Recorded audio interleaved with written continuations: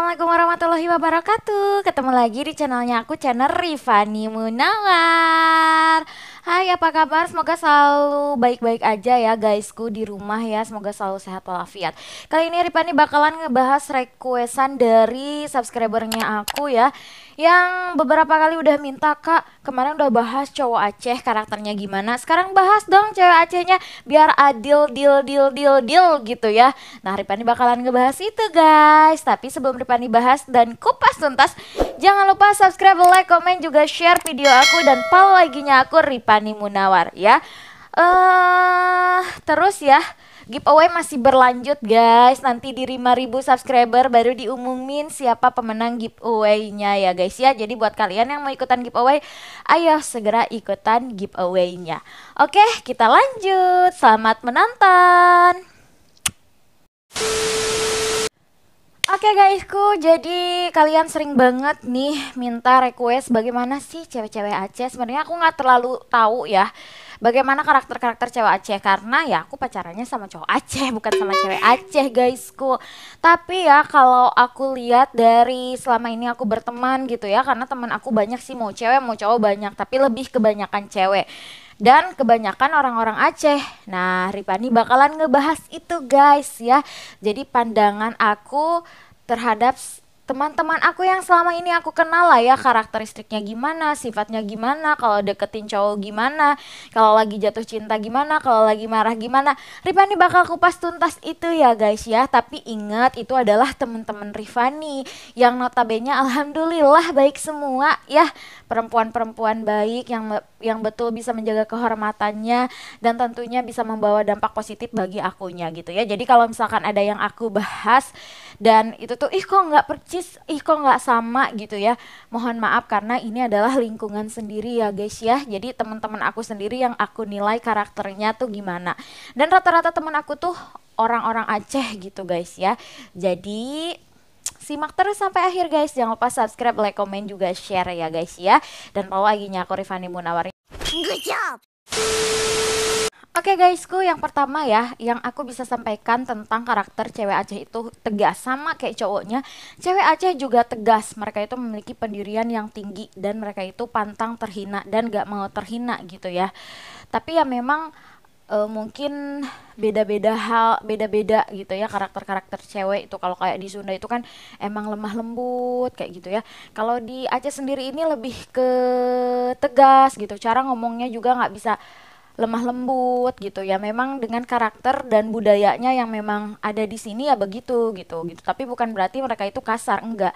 Tapi mereka itu tegas dan agak sedikit keras gitu kalau kalau masalah ke apa kegiatan sehari-hari, ngomong sama orang tuh lebih ke tegas gitu, lebih ke ya udah gitu, nggak bisa lemah lembut kayak oh iya gitu, nggak bisa gitu kayak menye-menye tuh nggak bisa gitu mereka itu, Kak, karena memang bawaan mereka ya memang begitu gitu. Itu temen aku ya guys ya. Terus selanjutnya mereka itu kayak apa adanya gitu. Kalau ngomong misalkan ketemu nih sama teman, kalau emang mereka nggak suka tuh ya, ini teman-teman aku ya, kalau mereka nggak suka tuh ya langsung ngomong nggak suka gitu. Ih, kok kayak gitu, kok kayak gitu, kok pakai baju nggak bagus, tahu kok pakai baju kayak gitu, jelek loh kok pakai baju kayak gitu gitu gitu ya, nggak bagus kok pakai baju kayak gitu, atau nggak, ih laki kok kayak gitu gitu. Jadi mereka itu langsung ngomong di depan kita. Kalau mereka nggak suka tuh mereka ngomong gitu kan. Kebanyakan orang itu cewek itu tipikal orang yang selalu ngomongin di belakang ya gitu, ngomongin ke orang di belakang gitu. Di hadapan kita beda, di belakang kita beda gitu. Beda halnya dengan teman-teman aku gitu ya. Alhamdulillah kebanyakan teman-teman deket aku itu kalau mereka nggak suka sama aku, mereka tuh langsung menegur gitu, nggak menye-menye gitu-gitu. Adapun yang begitu aku langsung nggak berteman sama mereka gitu, karena memang aku juga tipikal orang yang kalau emang ada sesuatu yang salah di teman aku, bukannya diomongin ke orang lain, tapi aku langsung menegur dia gitu. Atau misal aku sharing sama teman aku yang memang satu geng gitu, atau satu ya sama-sama tahu masalah kita gitu. Misalkan aku sama si B tuh tahu masalahnya, nah aku sharing nih, kok si itu gini gini gini gini ya, tapi aku langsung menegur gitu, langsung ke temennya gitu. Beda halnya kalau di luar geng aku ngadu-ngadu orang gitu, enggak, aku nggak mau dan aku nggak suka tipikal orang-orang yang begitu guysku. Oke ya, lanjut guysku. Jadi Itu yang kedua ya, mereka tuh langsung jeplok aja gitu ya, mau nyakitin mau enggak ya udah langsung nyeplok aja gitu. Terus kalau dalam kisah cintanya, percintaannya sih kalau aku lihat cewek-cewek Aceh ini lebih ke to the point gitu. To the point tuh kayak yang ini temen aku ya, maaf kalau kalian. To the point tuh kayak yang abang mau nggak sama aku, abang mau serius nggak sama aku, ya udah ayo kita serius gitu. Jarang kalau cewek-cewek Aceh yang bener gitu ya, mereka itu jarang mau pacaran gitu, apalagi udah dewasa gitu, mereka jarang mau pacaran, mereka jarang mau eh menye-menye gitu, diajak jalan aja tuh mereka jarang, nggak mau malahan. Mereka lebih ke suka langsung to the point, mau nikah yuk kita nikah, kalau enggak ya udah gitu, jangan kayak gitu. Jangan jangan ngedeketin gue lah kayak gitu ya, mereka itu yang aku tahu. Dan yang aku tahu teman-teman aku itu semuanya pada dalam koridor batasan ya, seperti aku jam 9 harus sudah ada di rumah, maghrib harus sholat di rumah, kalau enggak diteleponin sama emak ya gitulah, diteleponin sama emak siang malam pagi siang sore tuh diteleponin, di mana di mana di mana kayak gitu. Semua teman-teman aku begitu, nggak tahu ya kalau kalian ya guys, jangan disamain, ini kan aku menceritakan cewek-cewek Aceh yang langsung bersentuhan dengan aku di lingkungan aku gitu. Jadi memang betul mereka itu menjunjung tinggi adat istiadat gitu, menjunjung tinggi kedaerahan, menjunjung tinggi yang namanya agama, agamis banget gitu ya. Kayak teman aku mereka nggak apa, kayak teman aku ya gitu, nggak pakai baju yang muslimah banget enggak gitu ya, kayak tapi kita masih tertutup baju di bawah lutut meskipun kita masih pakai celana kemana-mana kayak gitu. Tapi alhamdulillah kalau yang namanya masalah sholat mereka nggak pernah eh meninggalkan, karena sholat itu kayak kewajiban gitu. Yang aku lihat dari teman-teman cewek aku nih nggak pernah lalai kayak gitu, yang namanya masalah sholat tuh selalu diutamain kayak gitu. Pas ajan langsung nyari masjid, ayo kita sholat gitu. Jadi ngebawa hal yang baik ke aku gitu. Otomatis ya mungkin teman-teman aku itu semuanya anak rumahan gitu, yang aku tahu mereka itu gitu, kalau sama cowok serius nggak, kalau nggak serius ya udah bye gitu, nggak usah deket-deketin gue gitu. Jadi gitu gitu ya.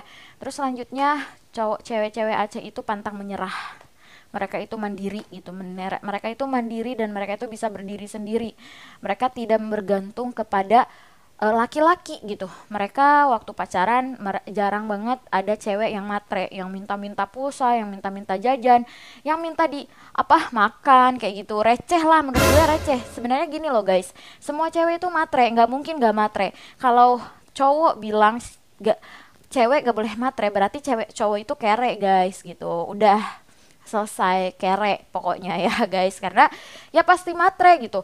Soalnya gini loh guys, kita ambil aja secara logika, ibu bapaknya ngegedein anak ceweknya, disekolahin, dicantikin, dipinterin, dipakein baju yang bagus, dipoles sebagaimana rupa, diajarin tata etika adat istiadat segala macam. Ya nggak mungkin dong ibu bapaknya ngasih ke cowok yang misalkan untuk hidup diri dia sendiri itu nggak mampu gitu buat diatasin, untuk kerja aja itu nggak ada gitu kan, untuk masa depan dia aja dia nggak tahu. Ya nggak mungkin lah guys gitu ya, seorang orang tua yang sudah mendidik anaknya, yang ingin anaknya bahagia itu eh menyerahkan anaknya kepada laki-laki yang tidak punya masa depan kayak gitu. Sebenarnya nggak perlu kaya, tapi mereka berkomitmen. Nah, kenapa bisa mahar di Aceh itu begitu mahal gitu ya? Misal 15 mayam, 20 mayam, 10 mayam gitu. Itu kan mahal, guys. Nah, ini menunjukkan bahwa ya perempuan Aceh itu tidak murah. Jadi memang laki-laki itu harus berusaha sedini mungkin gitu. Sebelum mereka menikah, mereka harus berusaha mengumpulkan mahar. Jadi ketika mereka menikah, mereka sudah siap dengan tanggung jawab tersebut guys gitu, karena kan ngambil anak orang dari ibu bapaknya nggak mungkin juga dimiskinin, nggak mungkin juga nggak dibahagiain, kan nggak mungkin. Nah gitu. Nah kalau cewek Aceh sendiri itu teman-teman aku tuh sangat-sangat mandiri, mereka bisa mencari uang sendiri, mereka malahan menurut aku ya, cewek sama cowok Aceh itu lebih gesitan cewek Aceh menurut aku ya. Mereka tuh gesit gitu kemana-mana, yuk kita, malahan pagi-pagi dia ngantar anak ke sekolah SD SMP SMA, siangnya dia bawa barang naik motor ke sana kemari, berjualan atau enggak berbisnis gitu. Mereka tuh lebih cerdas gitu. Mohon maaf ya, mereka tuh lebih cerdas dari, menurut aku ya, mohon maaf, dan teman-teman aku, mereka tuh lebih cerdas daripada suaminya. Jadi si suaminya itu bisa lebih hebat gitu karena ada si cewek ini gitu membantu kayak gitu. Tapi ketika menikah lalu suaminya melarang dia bekerja, mereka akan menjadi sosok wanita sangat penurut. Mereka yang biasanya bekerja di luar, berkarir segala macam, ketika mereka menikah, terus kalau suaminya melarang, mereka akan duduk di rumah menjadi ibu rumah tangga. Jarang kayak gitu loh. Jarang, sangat jarang sekali, apalagi wanita-wanita yang memang hidup di kota gitu ya, kayak kami, teman-teman aku yang hidupnya di Banda Aceh, di kota, yang memang terbiasa bekerja, berkarir, ketika sudah menikah disuruh berhenti bekerja itu agak sulit. Nah, tapi kalau cewek Aceh sendiri ketika suaminya harus berhenti bekerja, mereka akan berhenti bekerja dan duduk di rumah. Nah, kembali lagi, misalkan ketika suaminya tidak mampu untuk menafkahi, atau misalkan suaminya kerjaannya ke warung kopi aja gitu ya tiap hari gitu ya, nggak bekerja gitu ya, mereka itu pantang buat mengeluh gitu. Mereka pantang buat mengeluh, kayak keadaannya tuh kayak, oh ya udahlah suami aku kayak gitu, palingan curhat ke teman, oh suami aku tuh gini gini gini gini. Nah, mereka tuh yang bekerja, bahkan mereka yang menafkahi si suami itu gitu. Kalau misalkan si suami mereka itu tidak tidak misalnya tidak penuh menafkahinya atau masih kurang gitu, mereka tuh akan turun gitu, turun terjun langsung, mereka mau melakukan apapun, bekerja apapun untuk memenuhi dan membahagiakan keluarganya gitu ya, memenuhi kebutuhan anak-anaknya. Mereka tuh nggak akan gengsi-gengsi, langsung mereka turun terjun langsung bekerja segala macam. Itu yang aku kenal dari teman-teman aku, langsung mereka menyingsingkan badan gitu ya, tanpa langsung kan. Kalau misalkan lakinya tadinya kaya terus miskin langsung ditinggal, nggak ada. Cewek-cewek Aceh itu kalau diibaratkan, teman aku ya, ini teman aku, kalau teman kalian berbeda jangan samain. Cewek Aceh itu diibaratkan betul-betul sangat setia guys. Ya memang mereka keras, sangat keras, mereka itu keras sekali, tapi mereka itu sangat setia gitu. Kadang ada kan perempuan kalau misalnya lakinya udah miskin, ya udah ditinggalin, ngapain lagi, nggak ada kebutuhan lagi di situ, bercerai gitu. Tapi teman-teman aku suaminya misalkan tadinya banyak uang terus tadi jadi nggak ada, mereka akan tetap bertahan, bahkan mereka itu akan bekerja gitu untuk suaminya gitu, meskipun ya suaminya sekarang udah nggak bagus lagi gitu, mereka akan bekerja semaksimal mungkin karena cewek-cewek Aceh tuh pantang miskin guys. Mereka nggak akan mau direndahin orang gitu, mereka nggak akan mau direndahin, keluarganya nggak akan mau direndahin orang, makanya mereka akan berjuang sekuat mungkin untuk memenuhi kebutuhan-kebutuhan yang tidak bisa dipenuhi oleh suaminya, meskipun memang sudah sangat lama mereka tidak bekerja.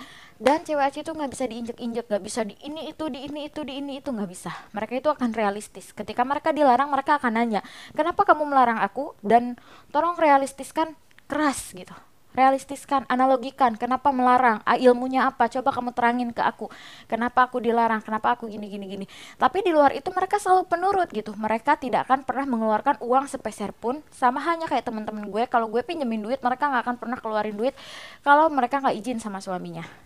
Ya kalau bisa dibilang pelit bisa juga ya guys. Karena gue minjem bukan 500 juta guys, 100 ribu, paling 200 ribu kalau gue lagi kepepet gak ada duit kan guys ya.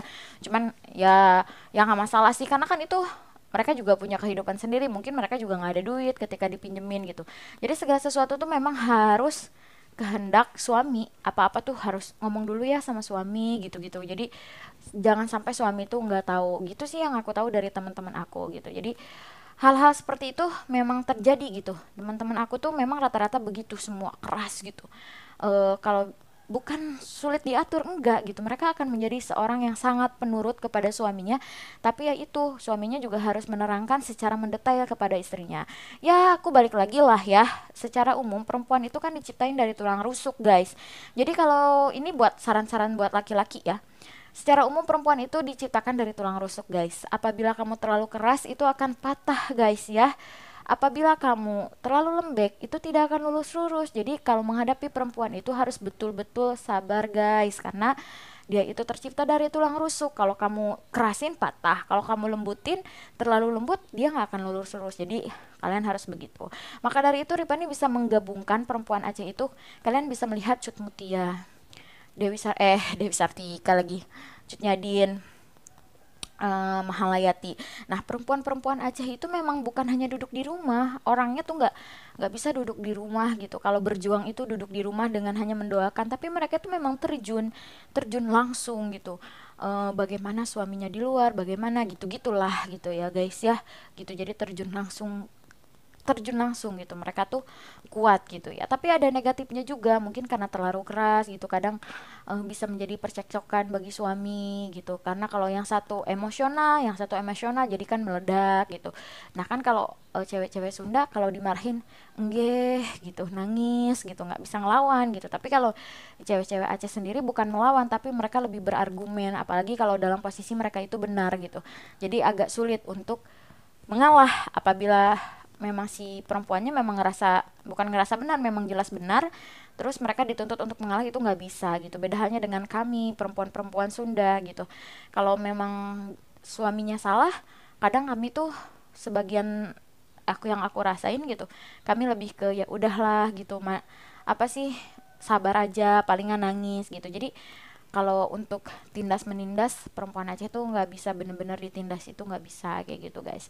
Itu palingan guys ya. Jadi semoga apa yang aku sharing dengan kalian itu bermanfaat ya. Sekali lagi ini adalah teman-teman yang ada di lingkungan aku gitu ya guys. Kalau misalkan teman-teman kalian misalkan tukang nongkrong, sering keluar malam, terus agresif sama laki, terus datang-datangin laki gitu, terus apa sih, berbeda dengan apa yang aku ceritain, berarti ya mungkin kalian berteman dengan orang-orang perempuan-perempuan Aceh yang begitu gitu. Tapi alhamdulillah aku berteman dengan perempuan-perempuan Aceh yang memberikan dampak positif sama aku gitu ya, dan memberikan pelajaran-pelajaran yang sangat-sangat baik gitu buat aku gitu. Alhamdulillah ya, Allah mendekatkan aku dengan orang-orang yang baik ya gitu guys.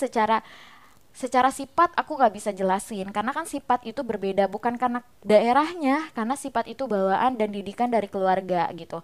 Ini lebih ke secara keseluruhan bagaimana karakter dia gitu dalam menghadapi sesuatu, dalam berteman, yang aku nilai gitu guys. Mohon maaf apabila ada kesalahan, dan tentunya Ripani selalu berharap kalian ngedukung ngedukung channel aku ini supaya semakin berkembang. Tonton terus, like, komen juga, share juga, follow IG-nya aku Rifani Munawar ya. Pokoknya harapan terbesar aku tuh di kalian, dan aku pun sangat-sangat berterima kasih buat kalian yang selalu mengapresiasi video aku ya. Baik video-video tentang Aceh, liburan aku di Aceh, bagaimana pendapat aku tentang Aceh, pokoknya kalian benar-benar mengapresiasi itu. Pokoknya thank you so much banget buat kalian. Gitu ya guys ya. Sekali lagi mohon maaf apabila ada kesalahan kata. Rifani pamit. Jangan lupa subscribe, like, komen, juga share, juga follow IG-nya aku Rifani Munawar. Nantikan video aku selanjutnya. Wassalamualaikum warahmatullahi wabarakatuh. Bye.